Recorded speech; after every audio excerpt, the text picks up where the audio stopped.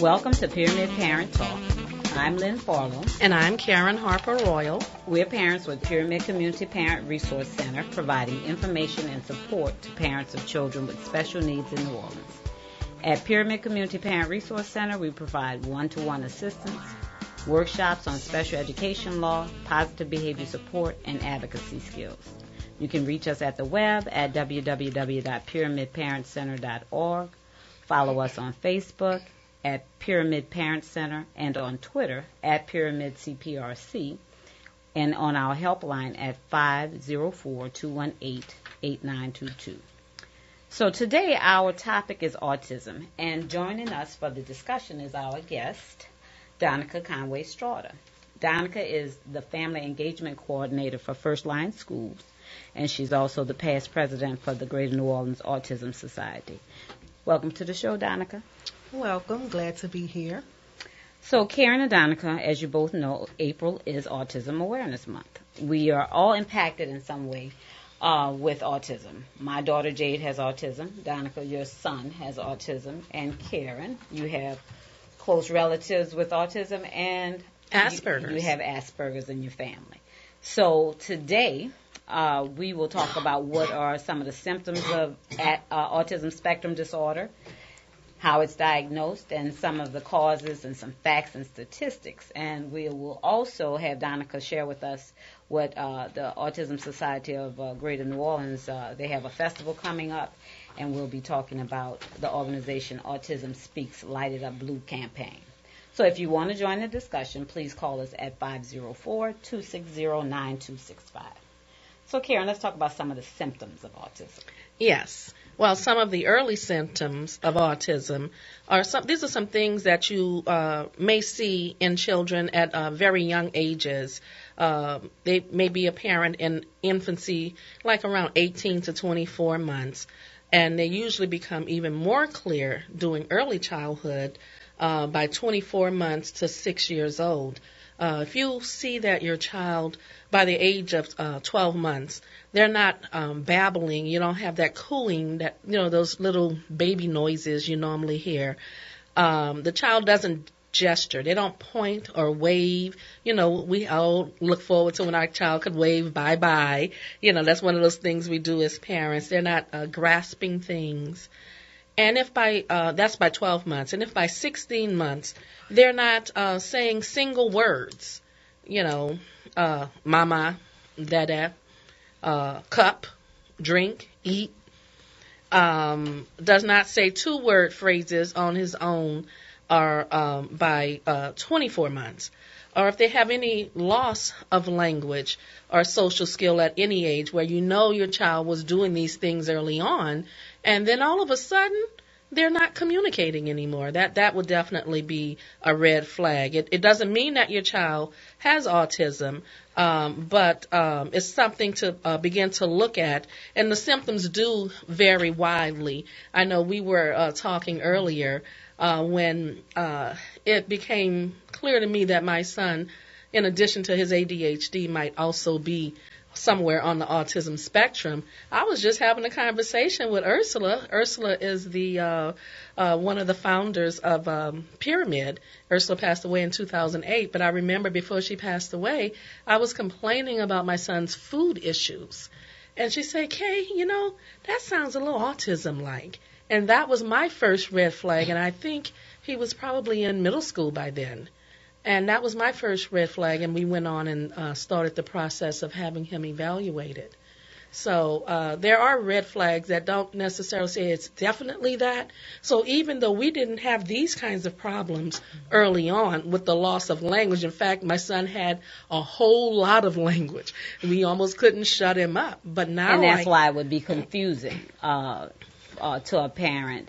But you saw some of those odd things. The odd things around the food, and I guess some of the kind of obsessive compulsions, those right. kinds of things. I saw that, but a lot of my stuff, the things I saw, I was attributing to the ADHD, which there's some slight overlap actually. Right. There's slight overlap, but I had known autism things to be around the language, and since my son had lots of language skills, chatterbox-like language skills early on, but as I learned about Asperger's, some of that kind of feeds into some of the symptoms of Asperger's because, autism is a spectrum disorder. That's correct. And so it is very important to know about the symptoms. So when you see that there's something, you need to seek a real multidisciplinary evaluation, not just because Ursula told me so. Right, and we'll get into what those what that looks like, how to get it diagnosed. For me, with my experience, my daughter, it was that language, that lack of language. In fact, I thought she had hearing loss. Well, not necessarily hearing loss.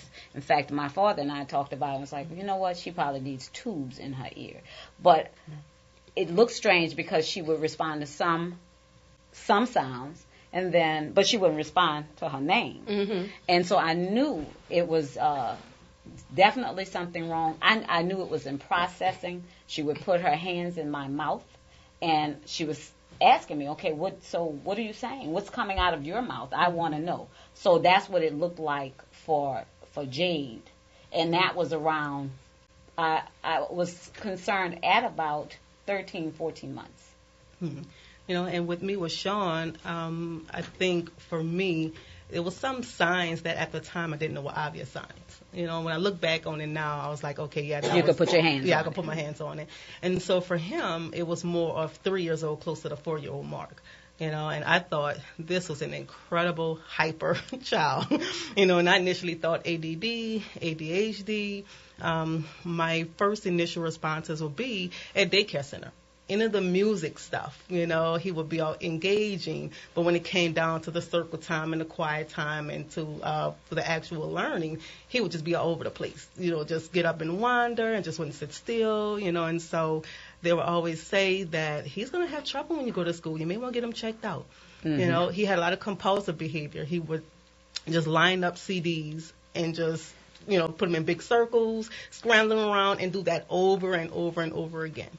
Right, and so that's definitely one of the big signs, unusual play. So parents and guardians should keep that in mind. So, Donica, if a parent or a guardian suspect that their child has autism, how should they go about getting a diagnosis? I would always say the first point of contact would be the child's pediatrician. If you have a pediatrician, that would be the first point of action. There's early screening detection that they can do a screening. The school, if your child is in school, contact your school's teacher, school administrator. Find out who the evaluator, the school evaluation team is, and talk to them. Make sure you put everything in writing, especially when you're dealing with the school system. But I will always say the first contact will be your student's pediatrician, your child's pediatrician. And when I think about my experience with my daughter's pediatrician, what she said to me was, now you got to think about that's so Jade was born in 1988, so we're talking about 89. She said, "Oh, Mom, you're just overly concerned." Wow, is what she said to me, but I knew that. And I'm the one who asked for a very extensive hearing evaluation for her. I'm the one who said, who had a conversation with friends, and we thought about how should we go about seeing what was wrong. And it was one of my older friends that said, you know what, let's get her evaluated through the school system. So you have to be very careful. If you suspect that there's something wrong with your child, you have to do all the things that you can do to make sure. And if someone suggests to you that you might want to look into this, because, sometimes we don't like other people telling us about our child. Mm-hmm. But if someone who has some knowledge about this says, you know what, I noticed that Johnny never speaks. that's something you might want to look into. Don't be in denial. I mean, we all have been in denial at some point. I definitely know I have been. But as parents, we should definitely be open to hear when someone else suggests. Because I remember with my cousin, we thought that maybe he had a hearing problem, and because he wasn't speaking for a long time. And a lot of people go at hearing. They really think it's the hearing piece. And for Donica, for you had your child evaluated through your doctor? I had him evaluated through his pediatrician. At the time, we went through Tulane Pediatrics. So this was like in early 2000. Okay. Mid 2000, 2004, or something like that. And it was weird because, they do kind of give you this look and, as if you're overprotective, there's nothing wrong. And so when I mentioned some of the signs and symptoms that I've researched through an off comment a friend and I were having, and I mentioned autism, and all of a sudden his interest just peaked. And so he went through the measuring of the head, which is like bewilderment to me, like what does the circumference of the head have to do with anything, and different screenings and so forth. And he came up with the diagnosis of autism. And how old was he when you got that diagnosis? 4. 4. Okay. He was 4, and we had another evaluation. So we had 2. We had the pediatrician's diagnosis, but we also had the school evaluation diagnosis as well. Both. And so we had both comprehensive. Mm-hmm. And so without either one of them really meeting with each other, so to speak, they both were very comprehensive and pretty much said the same thing. And it was a huge relief for me because now I can know what is it that I can do to assist my child. What could I do to help him be a productive citizen? Remember, if you want to join the discussion, call us at 504-260-9265. I also want to mention that when from 98 till 2005, I worked at the Early Childhood Development Center for LSU, the Human Development Center, and there were screenings that they gave children, developmental screenings that they gave children, which could show you that a child may have autism. So there are tools there available for pediatricians. And I know that as I mentioned earlier, Asperger's being on the autism spectrum, and we don't really hear a lot about Asperger's syndrome, especially in our community. And I think that is probably what led to me being not that I was in denial per se, but I think I lacked information. And it's so important that parents get information because when you have information, then you're able to deal with whatever the situation is. And by me not having Asperger's specific information, like I thought I knew what autism was, right?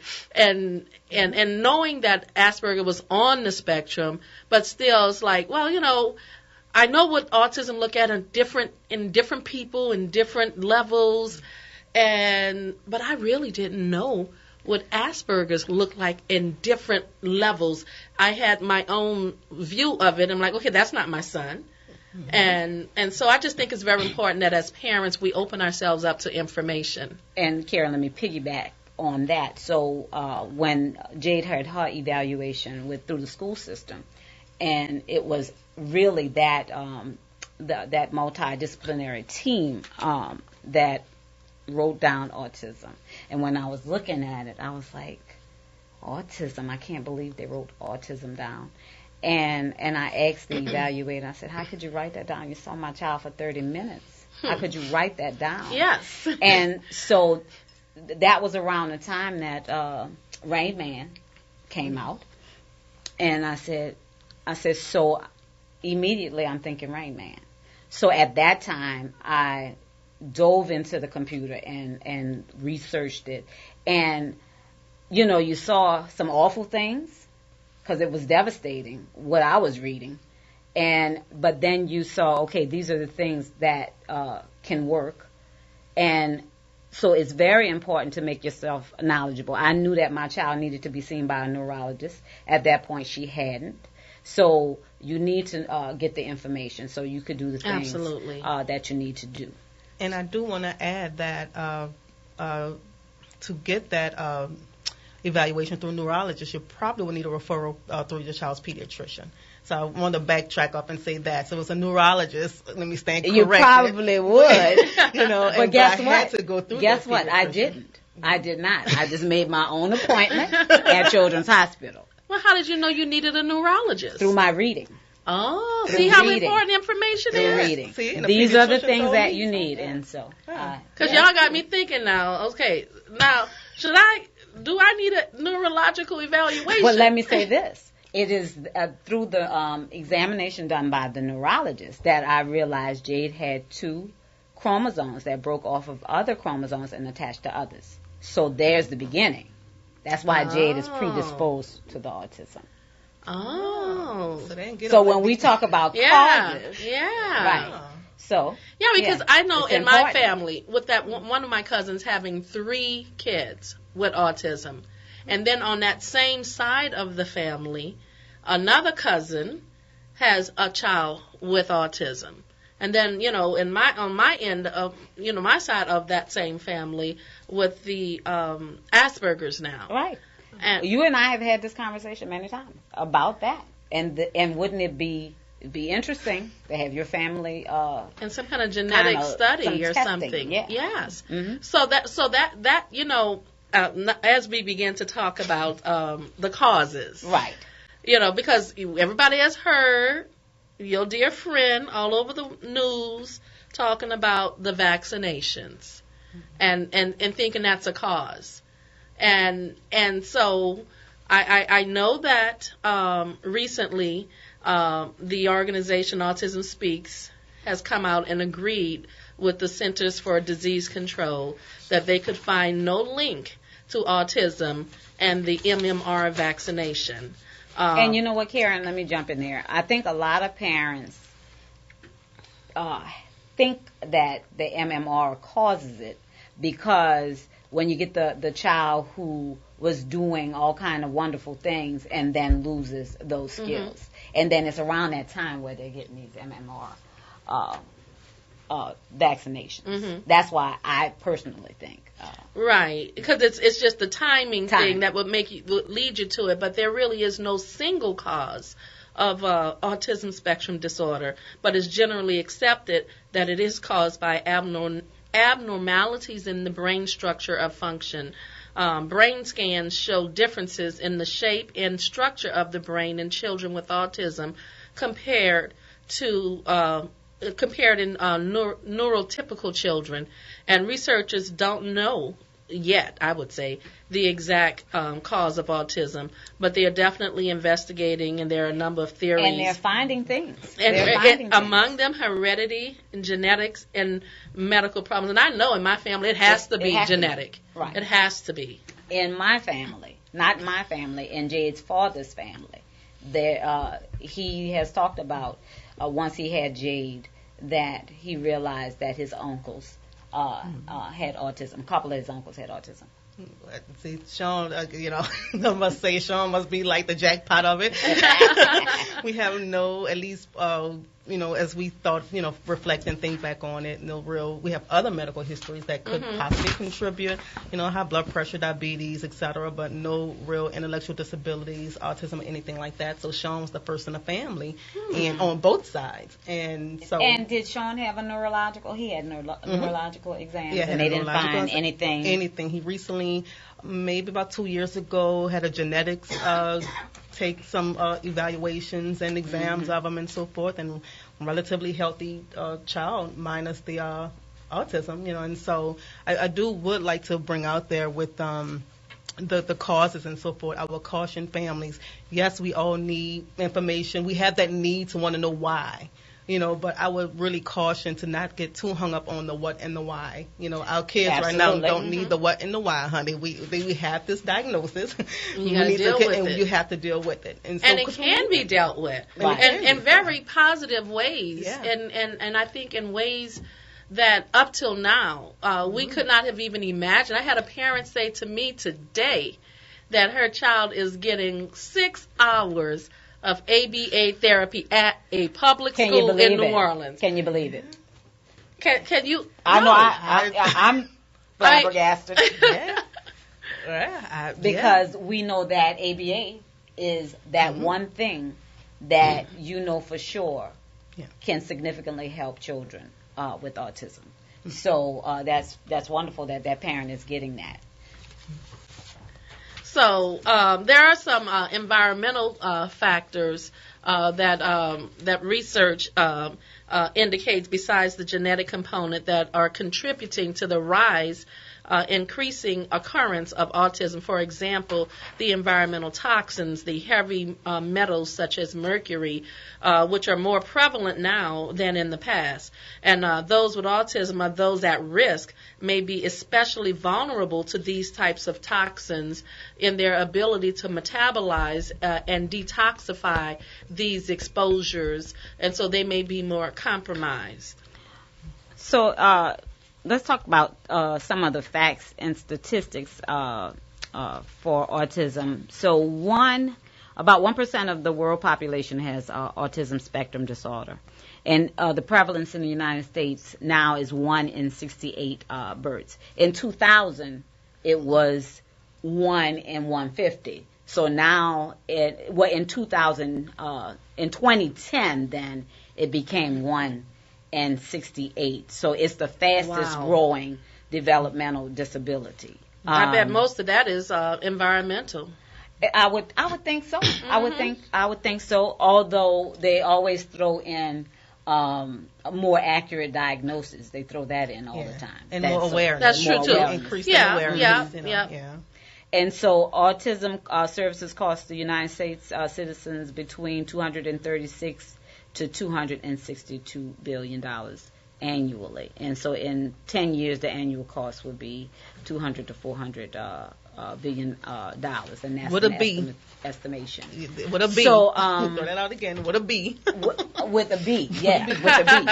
So, Donica, why don't you tell us about the festival that's coming up? Autism Society Greater New Orleans, our major fundraiser, Autism Awareness Festival, April 18th. 10 to 1. It was previously called a walk, but we're calling it in its true form a festival. It's a combination of resources and networking, fellowship, and music, fun for everyone. We changed it from walk to festival, because everyone would be like, well, how long is the walk? How many miles? And we're like, we do it around the church, around the church or a park or something. So the walk is more of a symbolism. It is at First Baptist Church on Canal Boulevard, near Delgado area, cemetery area, the Canal Street, Canal Boulevard split. Any questions, you can go to our website, asgno.org. And what's the date again, Donica? April 18th. Okay. All righty. And we also have, for the 6th year in a row, Autism Speaks will be hosting the Light It Up Blue on World Autism Awareness Day on April 2nd. And Light It Up Blue is a campaign to honor people with autism worldwide. And you can find out more information about this campaign at autismspeaks.org. And for that Light It Up Blue campaign, is it Lowe's or the Home Depot? Home Depot. Home Depot have the blue light bulbs that you can buy. So all on the day, which is April 2nd, you can put your next week. Your light bulbs in and show your that you are supporting autism awareness. You can wear blue on that day, and just go to the link on autismspeaks.org and see different ways you can light it up blue. Absolutely. All right, and so, hey, Karen, you want to see us out? Well, if you have any concerns regarding school issues and your child with autism, please give us a call. And remember to tune into our next show on Tuesday, April 7th. You can also listen to previous shows at pyramidparenttalk.com Also, if you have any concerns regarding a child with a disability, please contact us on our helpline at 504-218-8922. And remember to follow us on Twitter at Pyramid CPRC and like us on Facebook at Pyramid Community Parent Resource Center. And remember that you are never alone. Thanks, Donica. Thank you. It was fun. And remember to light it up blue and show up on August, Lord help me. Not August. April 2nd. April 18th for the Autism Festival at First Baptist Church on Canal Boulevard.